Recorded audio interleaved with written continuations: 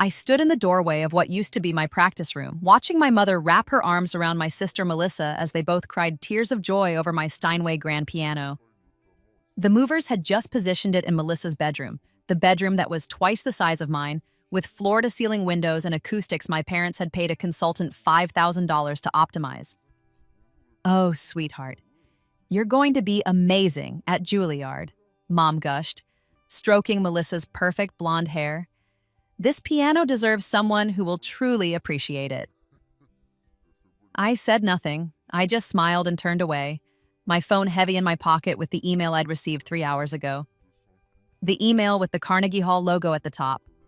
The one that began with, "Congratulations, Ms. Chen," and ended with a performance date that would change everything. Let them have the piano. I didn't need it anymore. In my past life, I would have screamed. I would have cried and begged and pleaded that the piano was mine, that I'd spent 8 years practicing on it, that Grandma Lynn had bought it for me specifically before she died. I would have reminded them that I'd won the regional youth competition on that very instrument. But past life me had been weak. Past life me hadn't known that in 6 months, that piano would be sold for drug money when Melissa dropped out of Juilliard after her first semester. Past life me hadn't known that I would end up dead at 23, my talent wasted, my spirit broken, my body finally giving up after years of being treated like I was worthless. But I knew now. I remembered everything. "Emily, aren't you going to congratulate your sister?" Dad's voice cut through my thoughts. He stood at the base of the stairs, still in his lawyer's suit, his face already set in that expression of disappointment he reserved only for me. "Congratulations, Melissa," I said sweetly. "I hope it brings you everything you deserve." The irony was lost on them, but it made me want to laugh. In my past life, Melissa had lasted exactly 43 days at Juilliard before her drinking problem caught up with her. She'd come home in disgrace, and Mom had blamed me somehow, said I'd cursed her with my jealousy.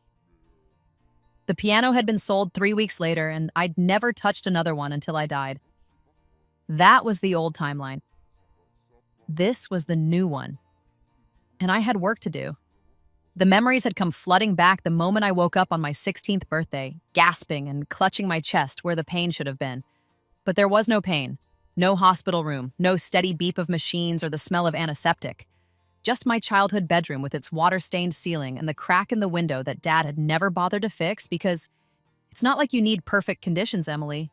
You're not the one with real talent. I'd spent that first week in a daze, sorting through 7 years of memories that hadn't happened yet. I remembered every audition. I'd failed because Mom had accidentally given me the wrong time. Every competition I'd lost because Dad refused to pay for the required formal dress, saying it was a waste of money.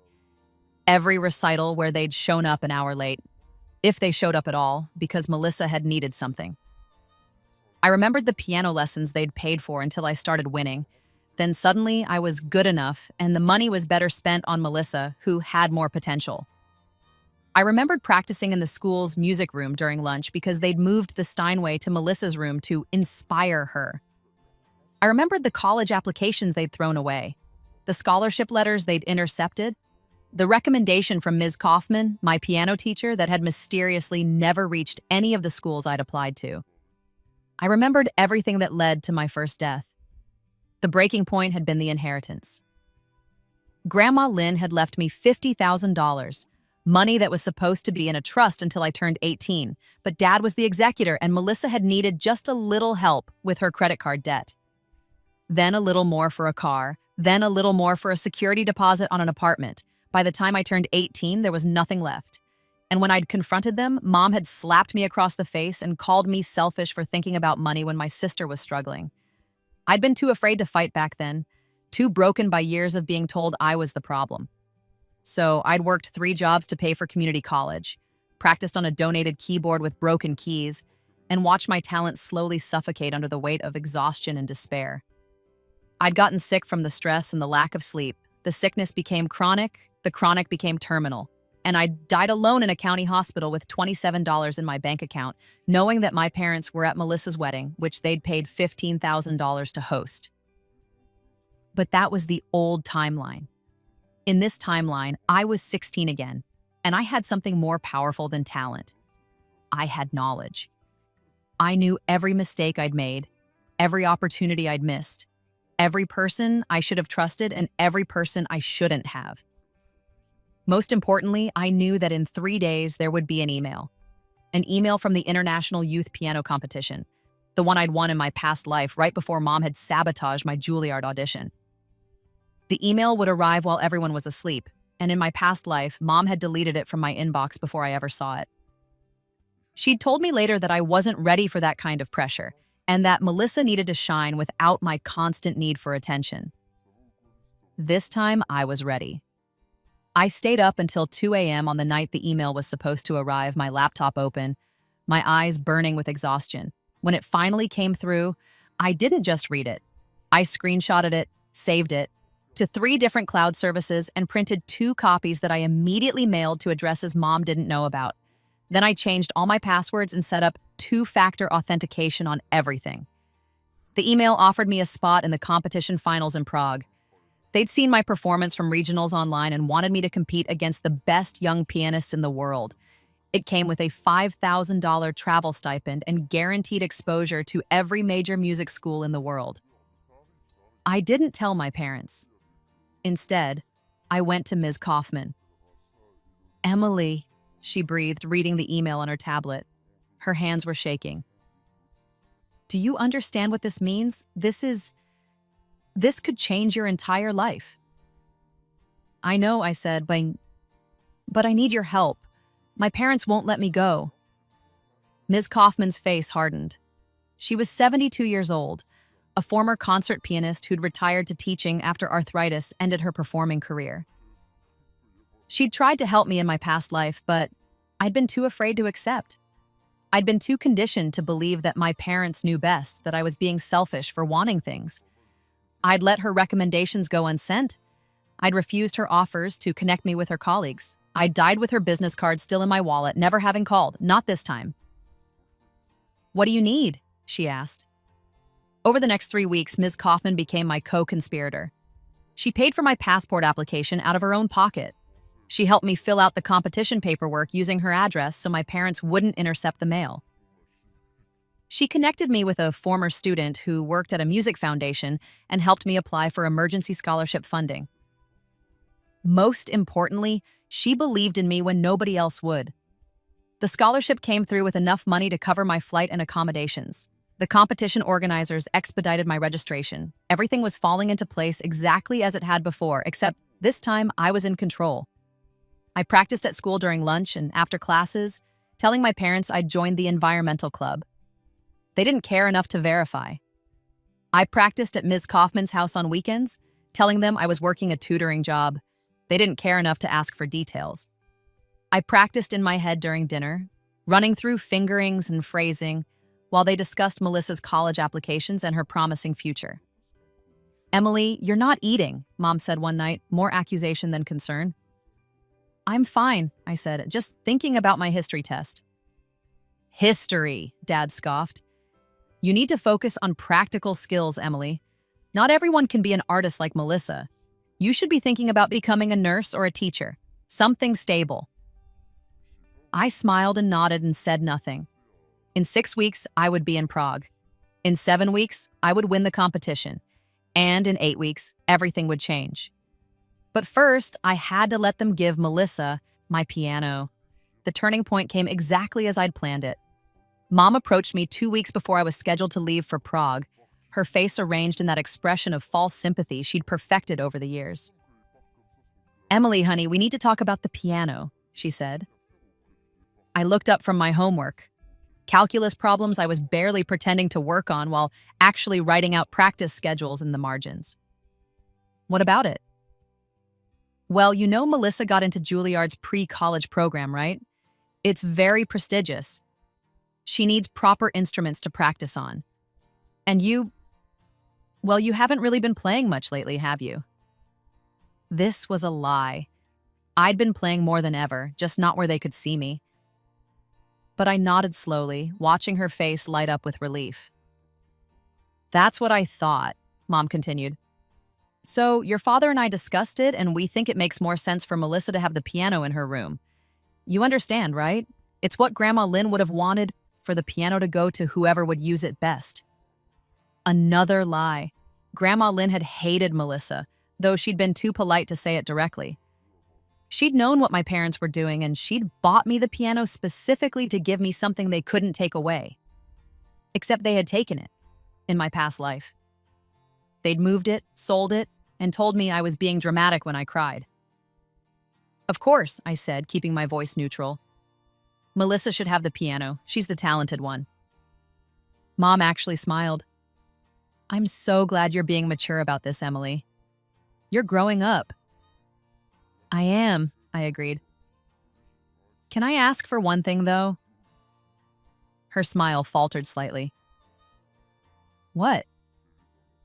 Can I play it one last time? Just to say goodbye properly? She hesitated, and I could see the calculation in her eyes. She wanted to say no, wanted to deny me even this small thing, but it would make her look cruel. Finally, she nodded. Fine, but make it quick. The movers are coming tomorrow. That night, I played the Steinway for 2 hours. I played Chopin's Revolutionary Etude, the piece I'd performed when I won my first real competition at age 14. I played Rachmaninoff's Prelude in C-sharp minor, the piece I'd been playing when Grandma Lynn died, and nobody told me until after the funeral was over. I played Beethoven's Moonlight Sonata, third movement, the piece I'd been practicing when my parents told me I'd never be good enough for a real conservatory. And I played one piece I'd never performed before, Liszt's La Campanella, the piece I was going to perform in Prague, the piece that would win me the competition, the piece they would never hear me play because by the time they learned about it, everything would already be over. Melissa stood in the doorway for the last 30 minutes, watching with an expression I couldn't quite read. Jealousy, maybe? Or fear. She'd always known on some level that she wasn't as good as me. She'd just never had to confront it directly because Mom and Dad had spent years constructing an elaborate fantasy where she was the prodigy and I was the disappointment. You're really good, she said when I finished, and for a moment she sounded like the sister I'd had before the favoritism started, before our parents had turned us into rivals. Why did you stop playing? I didn't stop, I said quietly. You just stopped hearing me. She didn't ask what I meant, and I didn't explain. The next morning, the movers came and took the piano away, and I stood in my empty practice room and felt nothing but satisfaction. Let them have it. I didn't need their piano anymore. I didn't need their approval, or their permission, or their love. I had something better. I had my future back, and I was going to take it with both hands. The day before I left for Prague, I went to school early and practiced in the music room one final time.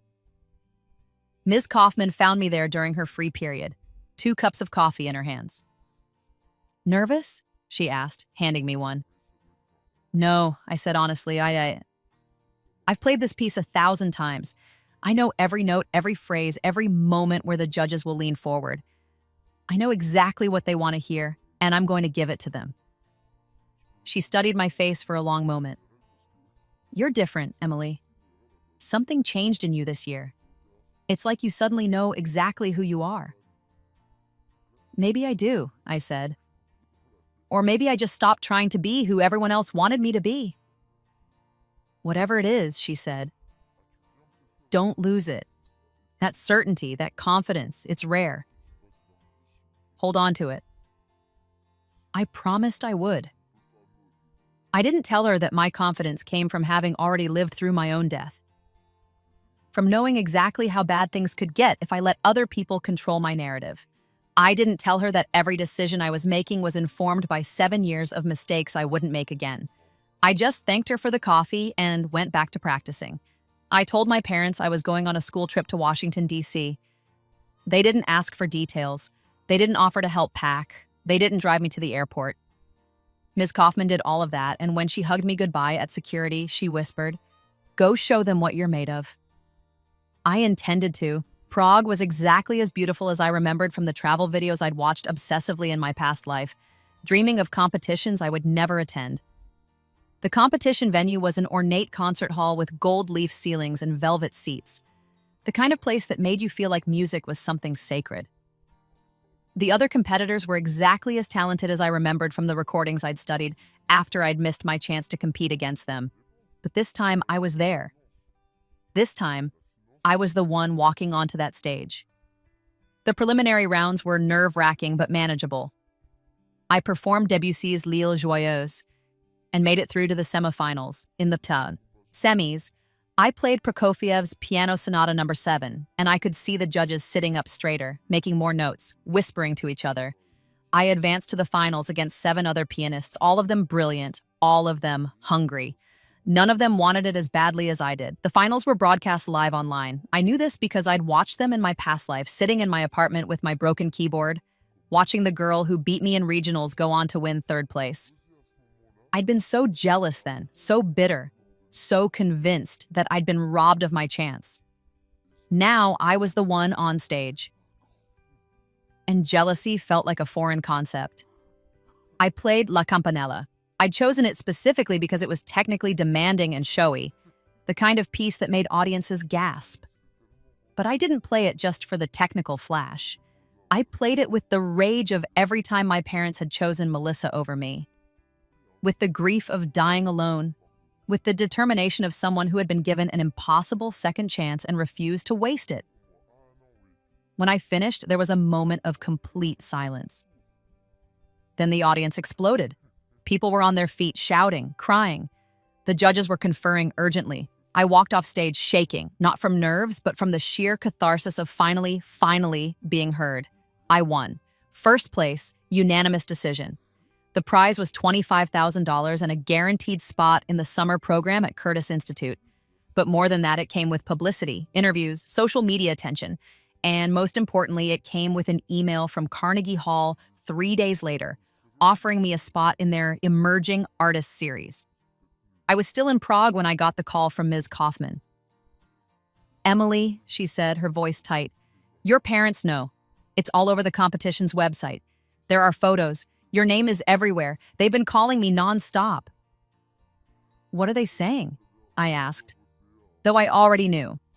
I'd lived through a version of this before where they'd found out about a small regional success and immediately tried to take credit for it, to control it, to make it about them. "They're angry," Ms. Kaufman said. "Your mother is threatening to sue me for helping you leave the country without their permission. Your father is saying you forged documents. They want you to come home immediately." I looked out the window of my hotel room at the Prague skyline, golden in the late afternoon sun. I thought about my old life, about the years I'd spent being afraid of them, believing their version of reality where I was the problem, and they were the victims of my ingratitude. "No," I said simply. "No?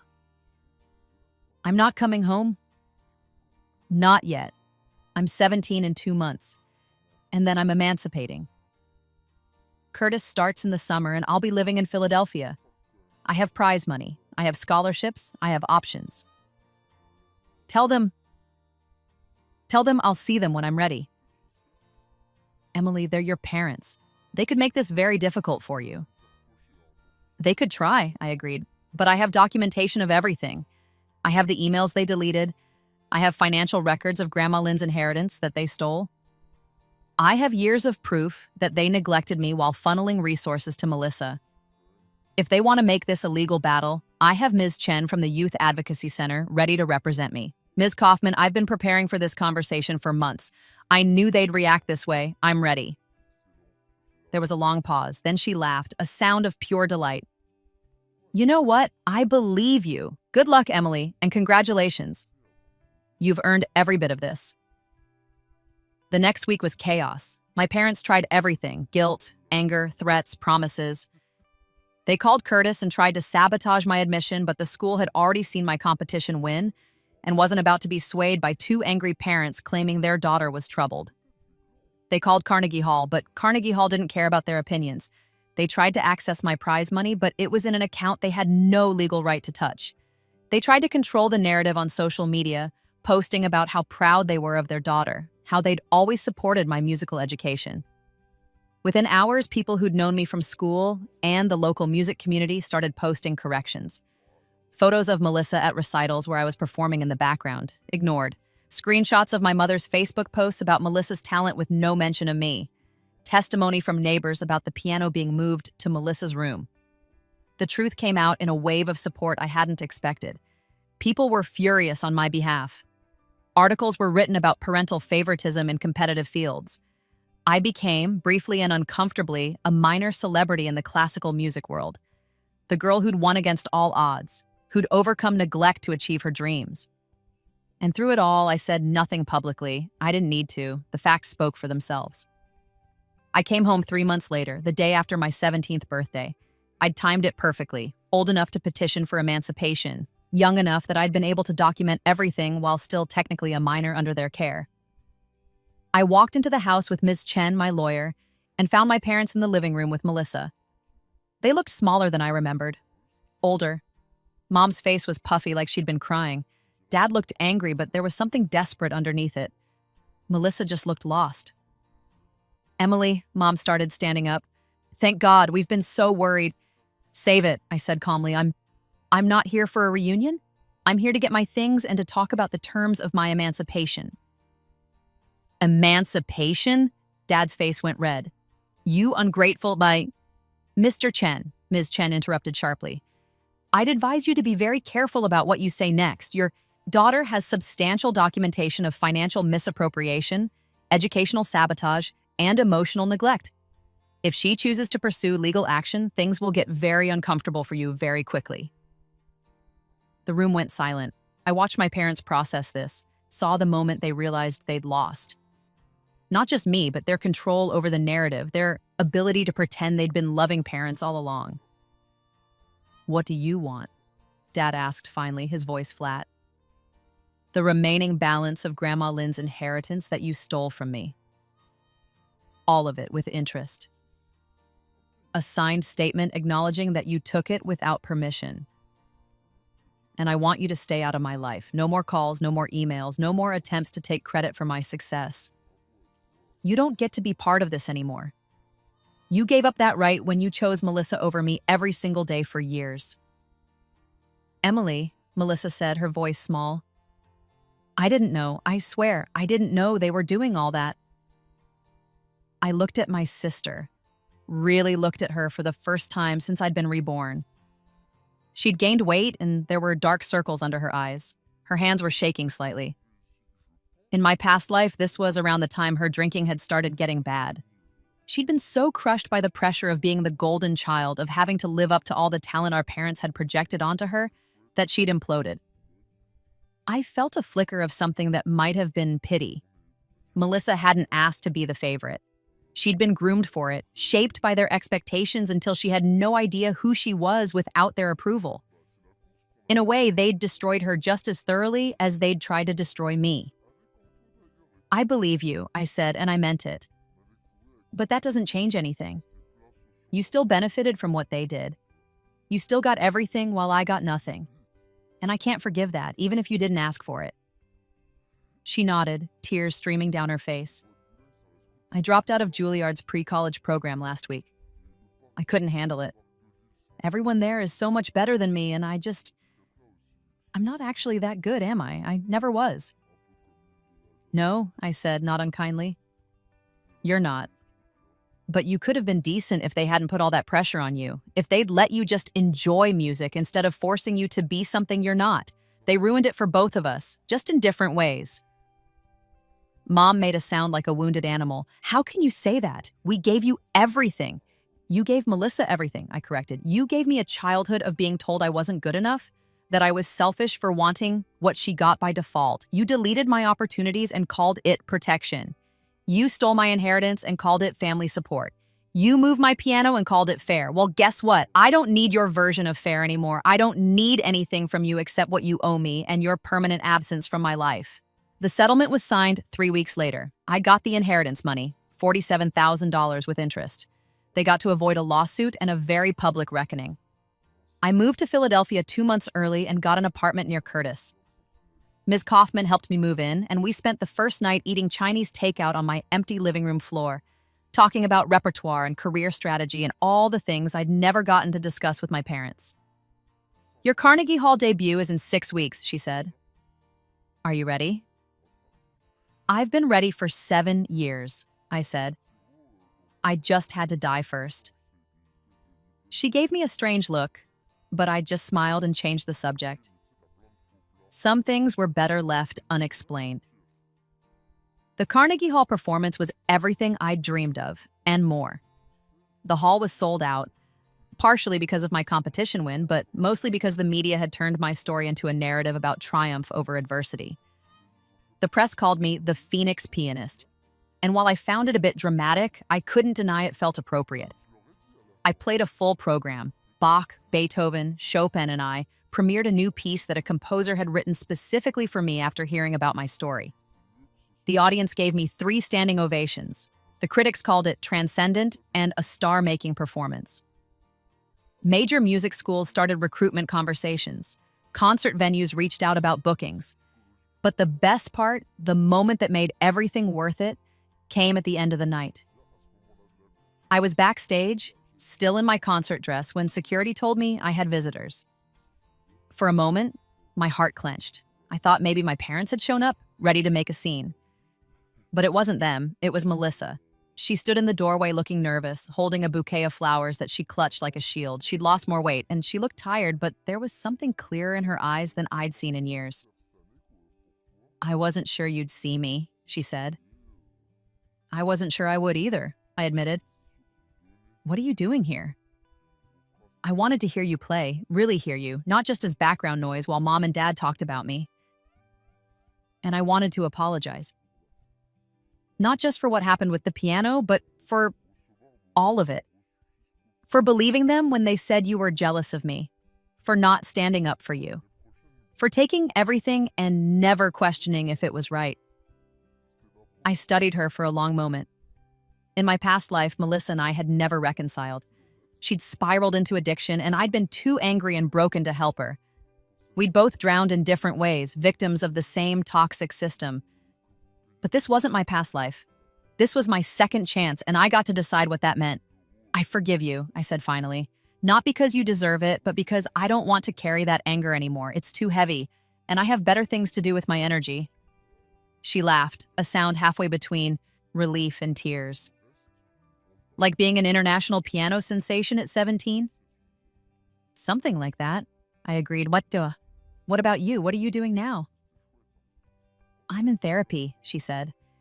"And I'm taking a gap year to figure out who I am without them. I'm thinking about studying music education instead of performance. I'm not a concert pianist, but I do like teaching. I've been volunteering at an after-school program, helping kids learn piano basics. It's the first time music has felt good in I don't even know how long." "That sounds perfect for you," I said, and I meant it.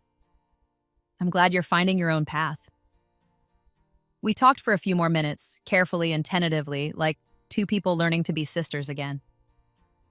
When she left, she gave me an awkward hug, and I let her. It didn't fix everything, it didn't erase the years of hurt, but it was a start, and sometimes that's all you can ask for. My parents never came to any of my performances. They never apologized. As far as I know, they still tell people a version of the story where they were supportive parents whose ungrateful daughter abandoned them. But their version doesn't matter anymore. The truth is documented, public, and permanent. 3 years later, I was featured on the cover of Gramophone magazine's Rising Stars issue. The article detailed my competition win, my Carnegie Hall debut, and my subsequent international career. It mentioned, briefly and factually, the circumstances of my emancipation and the family dynamics that had made it necessary. The article included a quote from Ms. Kaufman. "Emily Chen is proof that talent will find a way, even when every door is closed. She didn't just survive her circumstances, she transformed them into fuel for greatness." But my favorite part was a quote from one of my new students. After Curtis, I'd started a scholarship program for young musicians from difficult family situations. I taught 5 students for free, kids who reminded me of who I'd been, talented, desperate, and drowning under the weight of families that couldn't see their worth.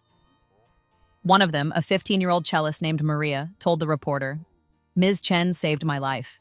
Not just my music career, my actual lifestyle life.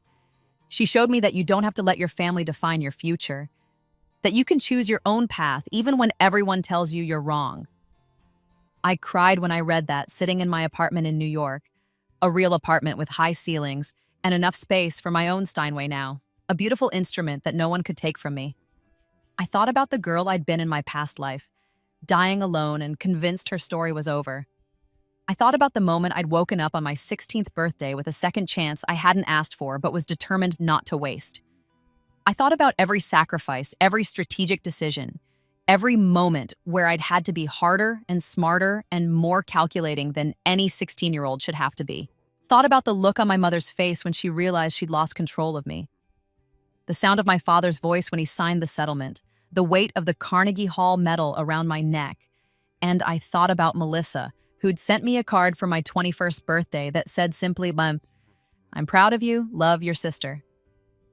Some people might say I was lucky to get a second chance. That rebirth was a gift I didn't earn. But those people didn't die at 23 with nothing but regret and wasted potential. They didn't spend 7 years being systematically broken down by the people who were supposed to love them most. They didn't know what it felt like to be so thoroughly erased that even your own family forgot you existed unless they needed someone to blame. My rebirth wasn't luck, it was justice. And I'd earned every single moment of the life I'd built with it. The final victory came 5 years after my Carnegie Hall debut. I was invited to perform at the International Music Awards, the same ceremony where, in my past life, I'd watched on a grainy live stream as Melissa accepted an award she hadn't earned for a competition she'd barely passed. This time, I was the one on stage accepting the Young Artist of the Year award. My acceptance speech was brief. I thanked Ms. Kaufman, who was in the audience crying openly. I thanked Curtis Institute and the competition circuit that had given me my platform. I thanked my students and my colleagues and the composers who trusted me with their work. I did not thank my parents. The camera cut to them anyway. They'd bought tickets despite my request that they stay away, and they sat in the back row looking uncomfortable as the entire industry celebrated the daughter they'd tried to destroy. Mom's face was tight with forced pride. Dad stared at his lap. I saw Melissa sitting 3 rows ahead of them, separate and deliberate, clapping with genuine joy. I want to dedicate this award to every young musician who's been told they're not good enough, I said, looking directly at the camera. To everyone who's had their opportunities stolen, their talent dismissed, their dreams undermined by the people who should have been their champions. You are good enough. You are worthy. And your story isn't over just because someone tried to write the ending for you. Find your people. Trust your gift. Fight for your future. It's yours. Take it back. The audience stood. The applause was deafening. And I stood on that stage holding my award, 22 years old and at the beginning of a career that would span decades. And I thought about the girl who'd died in a hospital bed, convinced she'd never mattered. I mattered now. I'd made sure of it. After the ceremony, there was a reception in a glittering ballroom full of music industry elite. Conductors, composers, directors of major orchestras, representatives from record labels. Everyone wanted to talk to me, to get my contact information, to pitch their next project or program. I was in the middle of a conversation with the artistic director of the Berlin Philharmonic when a journalist approached me. "Ms. Chen, can I ask you a question about your parents?" she said, her recorder already running. I'd been expecting this. "You can ask," I said, "but I probably won't answer. They've been giving interviews lately saying that the story about your emancipation was exaggerated, that there was a misunderstanding, and they've always been supportive of your career. Do you have a response?"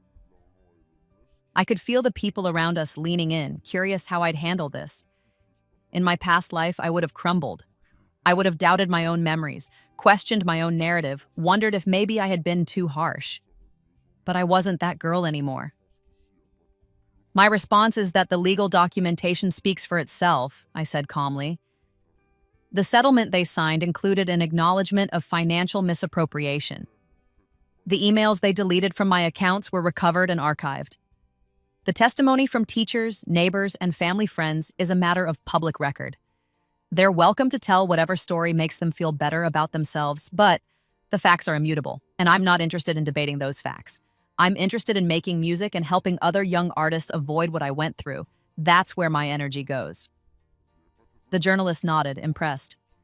"And your sister? She's also here tonight. Are you on speaking terms?" "We are," I said.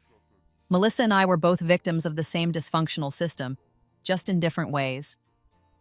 She's found her own path now, and I'm happy for her. Our relationship isn't perfect, but it's honest, and that's more than it ever was before. One last question, the journalist said. If you could go back and change things, if you could have the supportive parents, the easy path, the family who celebrated your talent from the beginning, would you? I thought about that question seriously. I thought about the years of pain, the death I'd endured, the trauma I carried. I thought about how much easier everything could have been if my parents had just loved me the way they'd loved Melissa. But I also thought about the strength I'd gained from fighting for every opportunity, the strategic thinking that came from having to outmaneuver people who wanted to keep me down, the empathy I developed for other struggling musicians because I'd been exactly where they were, the fire in my playing that came from having something to prove. No, I said finally, I wouldn't change it. Not because it wasn't painful, it was, but because the person I am now, the artist I've become, was forged in that fire. My parents tried to break me, and instead they made me unbreakable. They tried to silence me, and instead they gave me something to say. So, no, I wouldn't change it. I'd just tell my younger self that survival is victory, and victory is living well. The journalist smiled. That's a perfect quote. Thank you, Ms. Chen. As she walked away, the director of the Berlin Philharmonic raised his glass to me. You have steel in you, he said admiringly. That's rare, especially in someone so young. We should talk about scheduling you for our next season. I raised my glass back. I'd like that. The rest of the night was a blur of conversations, business cards, and champagne. When I finally got back to my hotel room at 3 a.m., I collapsed on the bed still in my evening gown, exhausted and exhilarated. My phone buzzed with a text from Ms. Kaufman. Watched your speech. Proud doesn't even begin to cover it. Your grandmother would be over the moon. I smiled and typed back. I wish she could have seen this. She did, Ms. Kaufman responded. In every note you play. Get some sleep, superstar. You have the world to conquer tomorrow. I set my phone down and stared at the ceiling, thinking about the impossible journey that had brought me here. From death to rebirth, from victim to victor, from the girl whose family gave her piano away to the woman who played Carnegie Hall and didn't need their approval to do it. Somewhere across town, my parents were probably telling anyone who would listen that they'd always known I'd be successful, that they'd always supported my talent. Let them tell that story. Let them rewrite history in whatever way helped them sleep at night. I had the truth, and the truth had set me free. 10 years after my rebirth, I performed at the Nobel Prize ceremony. It was the pinnacle of everything I'd worked for, playing for royalty, world leaders, and the greatest minds of our generation. The program included a commissioned piece about resilience and transformation. And as I played, I thought about how far I'd come from that water-stained bedroom and the crack in the window my father never fixed. After the performance, I returned to my dressing room to find a letter slipped under the door. The handwriting was shaky but familiar. My mother's. I almost threw it away without reading it.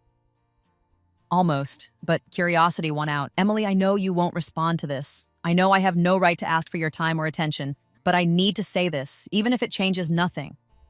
You were right, about everything. We did fail you. We chose Melissa over you, again and again, and we told ourselves it was because she needed more support, but the truth is we were afraid of you. You were so naturally talented, so independent, and we didn't know how to handle a child who didn't need us the way Melissa did. So we convinced ourselves she was the gifted one and you were just ordinary. We couldn't have been more wrong. Melissa is in rehab again. She's been struggling with addiction for years now, and I know that's partially our fault too. We put too much pressure on her to be something she wasn't, and it broke her.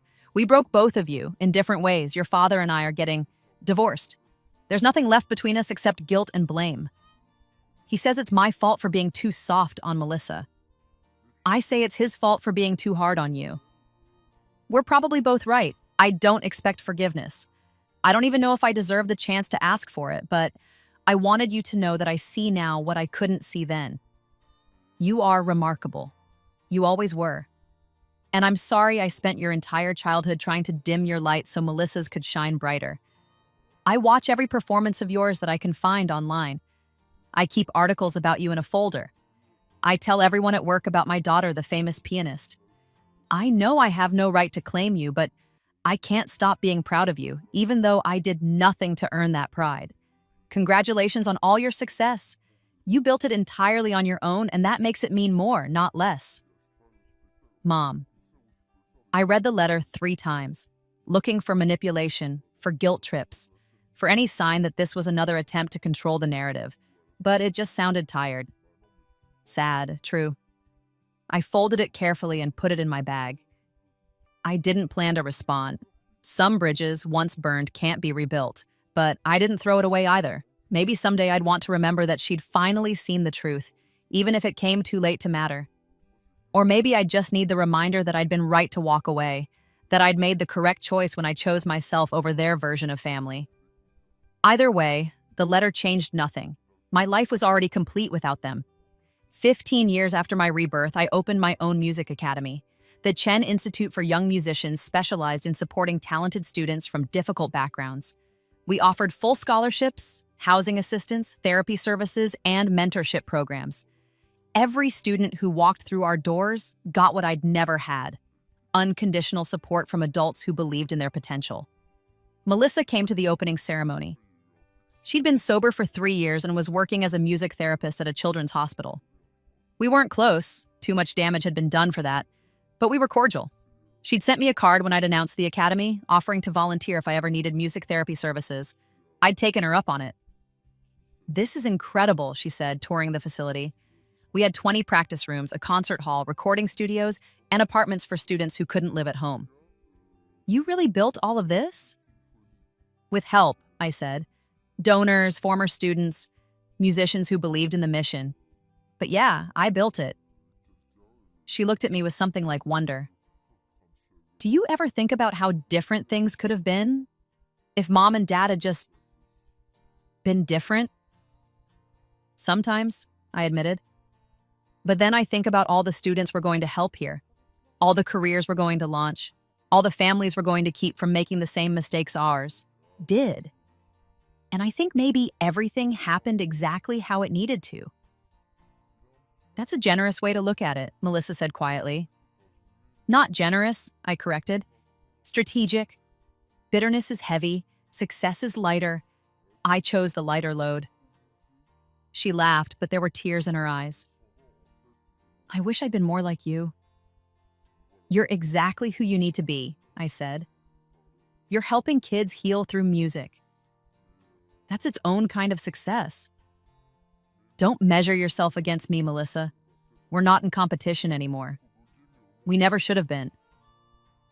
Before she left, she hugged me. A real hug, not the awkward half-embrace we'd shared at Carnegie Hall years ago. "Thank you," she whispered, "for not hating me forever." "Thank you for doing the work to become someone I don't have to hate," I replied. It wasn't perfect. We'd never be the sisters we might have been if our childhood had been different. But it was real and honest and enough. My parents never contacted me about the academy. I didn't invite them to the opening. They existed somewhere in my past, frozen in their mistakes, and I'd stopped looking back at them years ago. The academy thrived. In the first 5 years, we graduated 47 students. 32 went on to top conservatories, 8 joined professional orchestras, 3 became composers, 2 started their own music education nonprofits, and every single one of them sent me a message on the anniversary of their admission, thanking me for giving them a chance. That, more than any award or performance or critical acclaim, was the real measure of my success. I'd taken the worst thing that ever happened to me and transformed it into the best thing that could happen to someone else. I'd turned my tragedy into their triumph.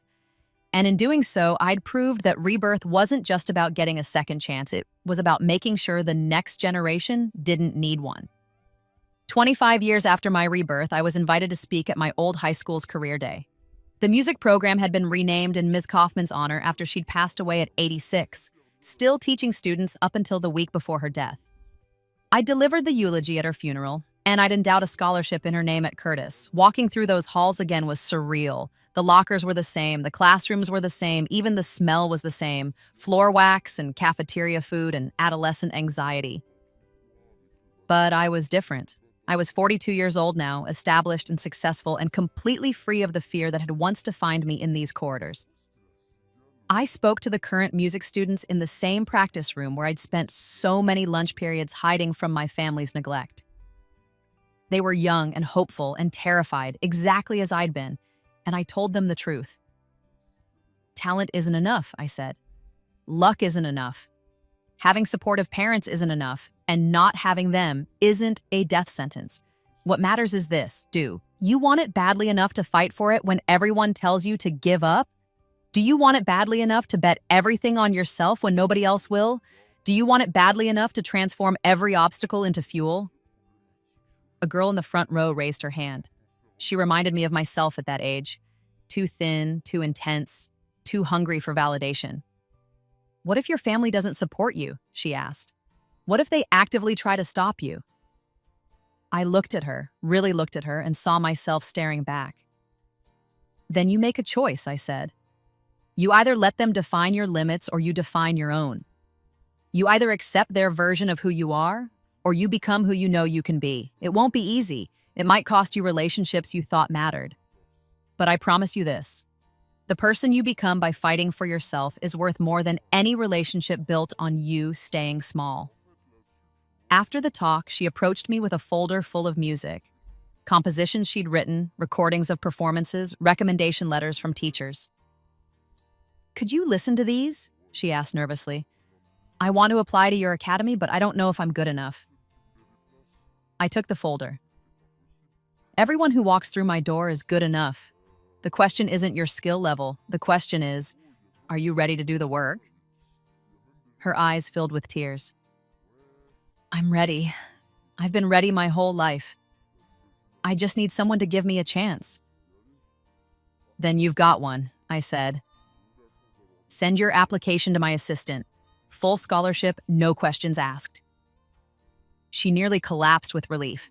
I caught her elbow and steadied her, this girl who was me 25 years ago, and I thought about the cycle of pain that had almost destroyed me, about how close I'd come to dying without ever knowing my own worth, about the impossible gift of getting to save someone else from that fate. What's your name? I asked. Sarah, she said. Sarah Kim. Well, Sarah Kim, welcome to your new life. Make it count. She promised she would, and I believed her. I'd seen that hunger before, that desperation mixed with determination. She'd succeed because failure wasn't an option for her anymore, just as it hadn't been an option for me. As I left the school that day, I passed the bulletin board near the music room. There was a photo of me receiving the International Music Award right next to photos of other successful alumni. The caption read, Emily Chen 007 from practice room to Carnegie Hall. It should have said, Emily Chen from death to rebirth to victory. But some truths were too complicated for bulletin boards. On my 43rd birthday, I gave a solo concert at Carnegie Hall, a full retrospective of my career, playing pieces from every stage of my journey. La Campanella was the encore, and when I finished, the audience stood for 10 minutes straight. Backstage afterward, my assistant handed me a package. No return address, just my name in, handwriting I didn't recognize.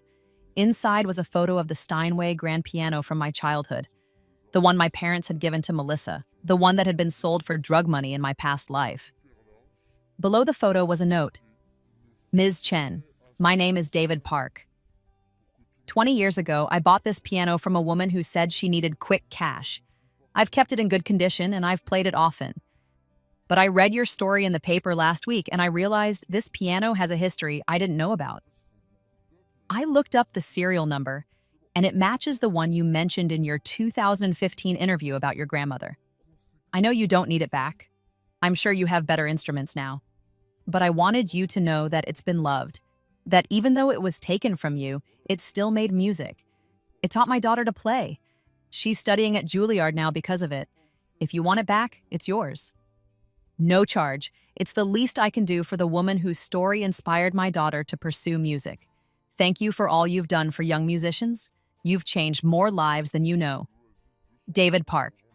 I stared at the photo for a long time. This ghost from my past life intersecting with my present. The piano that had once represented everything I'd lost.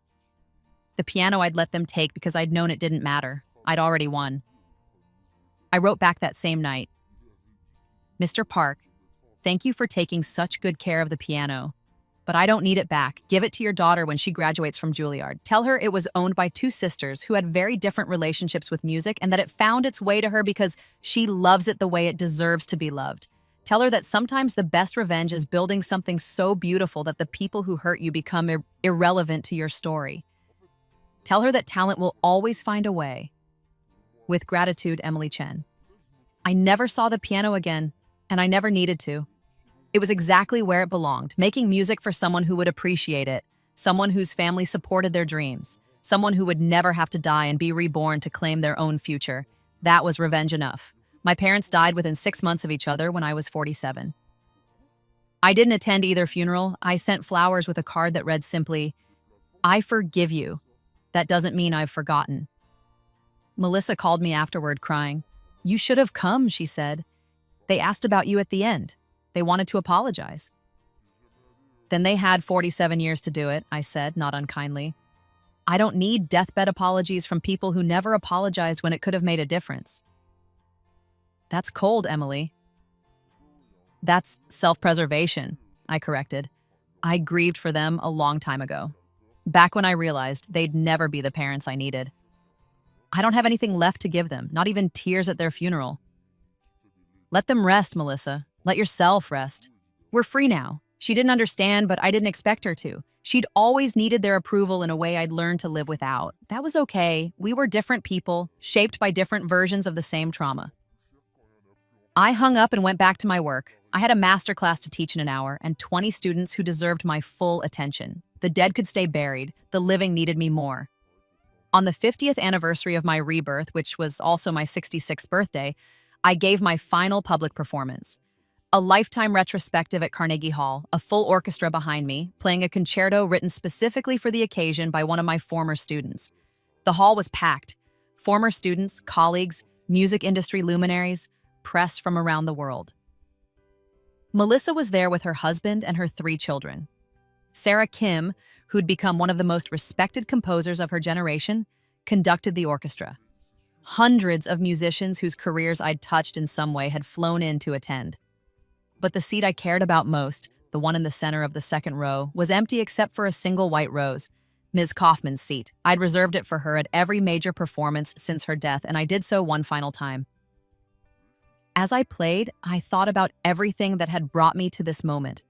The death that had given me perspective, the rebirth that had given me a second chance, the decades of work that had transformed pain into purpose. Every note I played was a testament to survival, to resilience, to the stubborn refusal to let anyone else write my ending. When I finished, the audience didn't just stand, they erupted. 20 minutes of applause, tears, shouting. People who'd known me for decades and people who'd only known my reputation, all united in their recognition of what this moment meant. I took my bow, looking out at the sea of faces, and I felt nothing but peace. Complete, profound, earned peace. After the concert, there was a reception. Hundreds of people wanted to talk to me, to thank me, to tell me how I'd changed their lives. I listened to every story, shook every hand, accepted every expression of gratitude with the grace I'd learned over 50 years of navigating this industry. Near the end of the night, a young woman approached me. She couldn't have been more than 22, and she was holding a program from my very first Carnegie Hall performance, the one from when I was 17. "Ms. Chen," she said nervously, "I know you don't know me, but I wanted to thank you.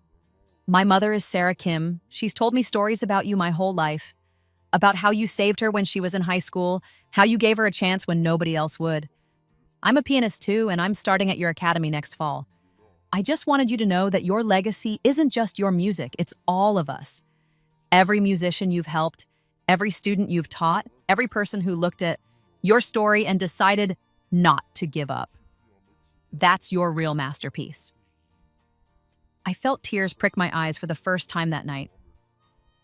"What's your name?" I asked. "Grace," she said. "Grace Kim." "Well, Grace Kim, I can't wait to see what you do with your chance. Make me proud."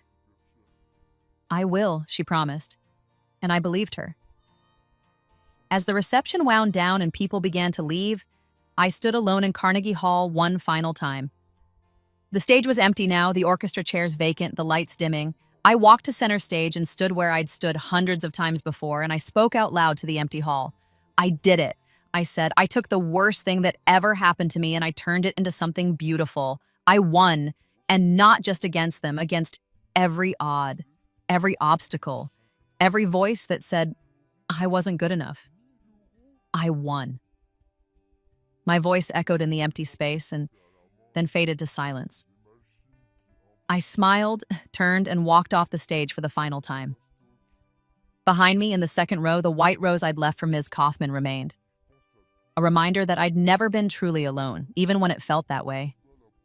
A reminder that one person who believed in you could change everything. I'd been that person for hundreds of students over the decades, and they would be that person for hundreds more. That was the real revenge. Not destroying my parents, but making them irrelevant. Not proving I was better than Melissa, but building a legacy so vast that our childhood rivalry became a footnote in a much larger story. They'd tried to steal my future, and instead I'd built an empire. That night, I went home to my apartment overlooking Central Park, the same apartment where I'd lived for 30 years, filled with awards and photos and a Steinway that had been custom-made for my 50th birthday. I poured myself a glass of wine and sat by the window, looking out at the city lights. My phone buzzed with messages from people who'd attended the concert. Congratulations, thank you, we love you. What a perfect ending to an extraordinary career. But the message I stopped on was from Melissa. That was beautiful, Emily. You really did it? You really became everything you said you would. I'm sorry I didn't believe in you back then. I'm glad you believed in yourself enough for both of us. I wrote back, thank you for coming. Take care of yourself, Melissa. We both survived. That's worth something. And it was. Despite everything, we'd both made it out alive. She'd found sobriety and peace in her own way, and I'd found success and vindication in mine. We'd never be close, but we were both free of the people who'd tried to destroy us. That was its own kind of victory. I finished my wine and went to bed. And for the first time in 50 years, I didn't dream about the hospital where I died in my first life. I didn't dream about the piano being taken away, or the competitions I'd lost, or the parents who'd failed me. I dreamed about music. Pure, perfect, untainted music that belonged to nobody but me. And when I woke up the next morning, 66 years old and at peace, I knew that I'd accomplished everything I'd been reborn to do. The rest was just epilogue, and epilogues are where the hero gets to rest.